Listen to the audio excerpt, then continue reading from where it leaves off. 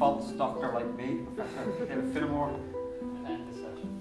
Thanks, John. Thanks everybody for being here on such a gorgeous day, because as we've already heard this afternoon, huge number of challenges there, particularly for us here in Northern Ireland, on the island of Ireland. What I wanted to say was essentially three things: was to sort of try and broaden out the discussion a little bit more about what does Brexit actually entail, what does UK withdrawal from the EU mean, so say a little bit more about how it can be addressed. I think there's actually quite considerable opportunity ahead for us here to see some of the challenges addressed in a fairly flexible manner, which means that we might be able to reduce some of the uncertainty which everybody's been talking about and try and maintain at least some of the status quo, which seems to be so important for underpinning the processes that we have here, whether it be economic or political. And then throw out some ideas towards at the end about what form those flexible arrangements might actually take. And what I'm going to say, I think does complement what's been said already. Will reinforce a lot of what Kate's been saying, particularly around the Good Friday Agreement. I think what John was saying about the status quo and acceptable and the need to maintain a degree of certainty and remove uncertainty. Probably slightly more optimistic than Claire in terms of I think there are some opportunities out there, at least in terms of space being created for us to be creative. If we don't fill that space, then the opportunity will have gone. Okay. If we're talking about the UK leaving the EU, we can often focus very much on a narrow set of interests. Probably for good reason. There's been a lot of talk today about the environmental dimension. We've heard reference already to some of the underpinnings of the Good Friday Agreement. But sometimes I think it's worth actually sort of staying back and just think about all the things that the UK could potentially be leaving. It's about leaving the customs union, leaving a whole set of trade relations with countries outside the EU, fundamentally changing the UK's trading position. It's about removing the UK from the single market which is the free movement of goods, services, capital and people. And all that entails in terms of regulation, in terms of rights, in terms of opportunities. It's about taking the UK out of the common agricultural policy, out of the regulation, but possibly into a highly deregulated environment, out of systems of support, out of systems allowing for preferential trade access. It takes the UK out of the common fisheries policy, out of a system for managing catches, managing the marketing and sales of fish and fish products. It takes the UK out of a whole series of forms of cooperation around justice and home affairs, police and judicial cooperation on a cross-border basis. It takes the UK out of structural funding programmes designed to promote investment in infrastructure. It takes the UK out of the European Investment Bank, denying it access to a major source of infrastructure support. It takes it out of a whole series of programmes to do with, from an educational perspective, student exchanges, from funding programmes for research. It takes the UK out of a common regime for competition, common regimes for consumer protection. If you look at the coverage of the withdrawal bill going through the House of Commons at the moment, you'll get a clear sense of the whole range of areas of law which are going to be potentially upset.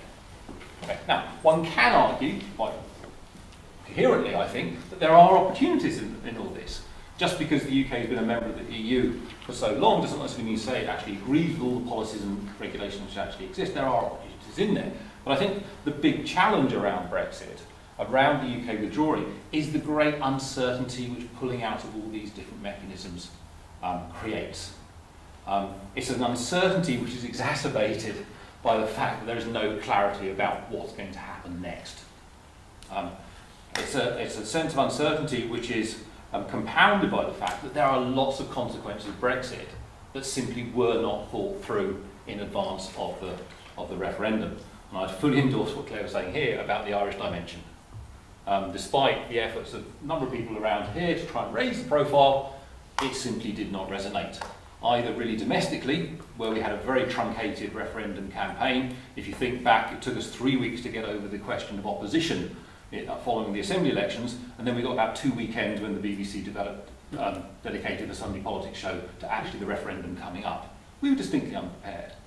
Now, if we weren't necessarily talking about issues as they affected Northern Ireland, the island of Ireland here, they certainly weren't resonating in London. I think it was after the referendum, people actually got out the map of the United Kingdom and realised there is a land border.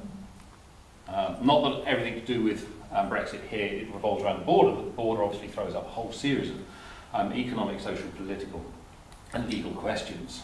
Okay. As far as Brexit is concerned, I think there are particular challenges for here. We've heard a number of them. A lot revolve around the peace process, a lot revolve around the future functioning of the Good Friday Agreement. I think Kate is spot on when it talks a lot about it being about the context in which the Good Friday Agreement can actually be implemented. People quite rightly say the Good Friday Agreement barely mentions the EU. But if you think about the way in which the Good Friday Agreement has been implemented, it's been implemented in the context provided by shared membership of the EU. A lot of the North-South movement, free movement on this island, comes about as much because of the EU as it does from things like the Good Friday Agreement. Take the EU out of it, you fundamentally change the context. I think we've also got to remember, though, is that as far as the island is concerned, we've got high levels of economic integration having taken place, high levels of economic interdependence having taken place, such that Northern Ireland is as heavily integrated with the rest of the island as it is with the rest of the UK. Levels of cross-border interdependence and integration here are just far greater than they actually get in the rest of the UK. And that's something lost on policymakers. We actually have movement of cross-border workers, which you simply do not have in the wider UK context. We've also got genuinely developed all-island economic sectors, which are going to be undermined by Brexit. Okay. So all this raises a huge number of concerns, a huge amount of uncertainty, and I think quite rightly fears that a move away from the status quo can undermine other processes, notably the peace process. Now, that's to be seen, but I think it's incumbent on all of us in this process is to try and ensure that whatever happens in the current context of the UK withdrawing from the EU, the UK establishing its new relationship with the EU, that as much of the status quo is maintained.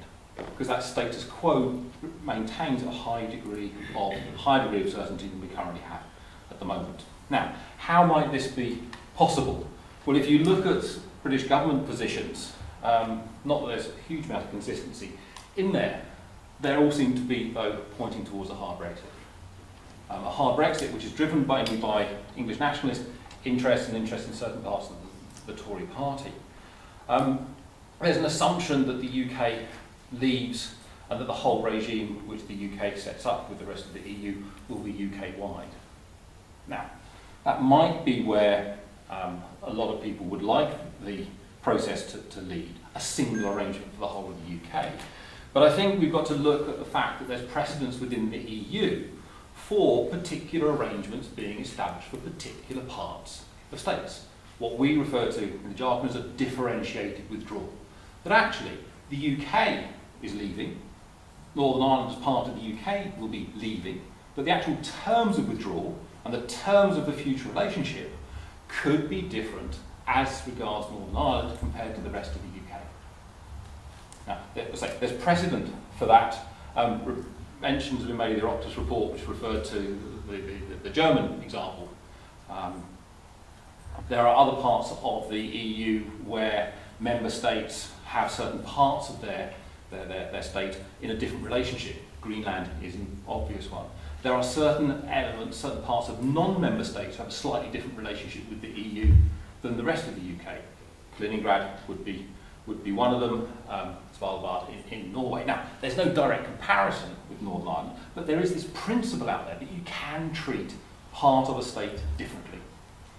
Now, I think once we then throw in the particular context here, which is we have a slightly unique constitutional position because of the Good Friday Agreement, a case can be made for treating Northern Ireland differently.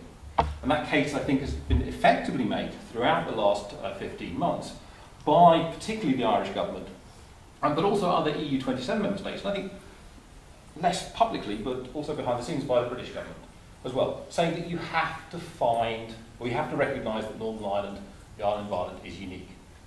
Consequently, we've had this language emerging since March of finding flexible and imaginative solutions to address the unique circumstances on the island of Ireland. Now, one can argue, well, it's simply rhetoric, flexible and imaginative solutions. That sounds wonderful. But I think what's interesting in the language of the EU, it's only used in the context of here. David Davies has tried to call on the EU to find flexible and imaginative solutions for the UK as a whole. You go through all the documentation, it's only used with reference to here. And that's for good reason. And I think that means that we can actually, we've got space there, which the rest of the UK hasn't got, to doing things slightly differently in order to support the peace process, in order to maintain as much of the status quo as possible. I think more recently, 2 weeks ago at the European Council, Theresa May also talked about finding special solutions for Northern Ireland. So there's this coalition of forces around the idea of being flexible and imaginative and doing something slightly different here. Okay, so what could be done differently? Now, obviously, Sinn Féin and others have put forward the idea of designated status within the EU, and that, for understandable reasons, has been rejected by a good number of people, unionists in particular. But I also think it's quite interesting looking at some of the language of the DUP, which rejects designated status for Northern Ireland within the EU. They're consciously adding in within the EU. To my mind, that suggests there's a willingness to do something particular for here, as long as Northern Ireland leaves the EU with the UK. Okay. So what could be done? Well, I think we can generally think creatively here. You can probably find a number of ways in which Northern Ireland, as part of the UK, outside the EU, can still have a relationship with the rest of the EU, particularly Ireland, which allows for a lot of the status quo to be maintained. I think it is possible for Northern Ireland to stay in the single market and maintain the free movement of goods, services and capital and people, even if the UK as a whole withdraws. There's big difficulties when it comes to customs, but the single market would not address that. You would have to address the issue of the customs border. Now, I think John made the point earlier about language matters. I think there are probably ways, if you really sort of boil it down to what the issues are around customs, to potentially think about some of the issues being addressed east-west as opposed to north-south. It depends how they're formulated. There are ways in which you might secure continued participation of Northern Ireland in various programmes because of that language of flexible and imaginative solutions. Could you have Northern Ireland, because of the peace process, because of the underpinning rationale of economic prosperity underpinning it, continue to have access to the European Investment Bank? I don't see why not. No one said it's impossible. Could the Dublin government have special access to structural funds that have a cross-border dimension? So the applicability of the eligibility for structural funds covers the whole of the island of Ireland, not just the jurisdiction of the Republic of Ireland. We don't know. It's an idea which we could consider. If the UK does not participate in Horizon 2020 and future research funding programmes, could Northern Ireland participate? Could you have the two universities for the purposes, solely the purposes of access to Horizon 2020 funding, be badged as Irish? It's a way forward of trying to maintain the status quo. If the UK withdrew from the European arrest warrant, vital for extradition, could you nevertheless have it applied either on the island of Ireland, or have the PSNI buy into it, whereas British, the rest of the UK police forces don't? I don't see why not. Okay, there's legal issues, there's practical issues, there's some funding issues around it, but I think the language of the EU in terms of finding flexible and imaginative solutions suggests that there's scope at least for putting these ideas on the table, such that you may have arrangements which are put in place following Brexit, which allows for as much of the status quo as possible to exist. Now, I'd argue that that language of flexible and imaginative solutions is very prominent on the EU side. The British government is increasingly buying into it. The Irish government is very supportive. So the space exists. What's plainly the case is no one's really coming up with ideas and there's no formal options available. But I think if the ideas are put on the table about how we can maintain the status quo, there's at least the space for a number of them being picked up, a number of them being reflected in both the terms of the UK's withdrawal and the terms of the future UK-EU relationship. In many respects, there has to be something done because of the commitment that all sides have issued with regard to upholding the Good Friday Agreement, as Katie has said. What no one's really clear at the moment is exactly what you do. But I'd be slightly more optimistic than Claire has been in saying that I think there are opportunities out there for a number of the challenges which we do face here in Northern Ireland on the island of Ireland as a consequence of Brexit being addressed in a way which minimises the uncertainty and disruption that Brexit certainly threatens. Thank you.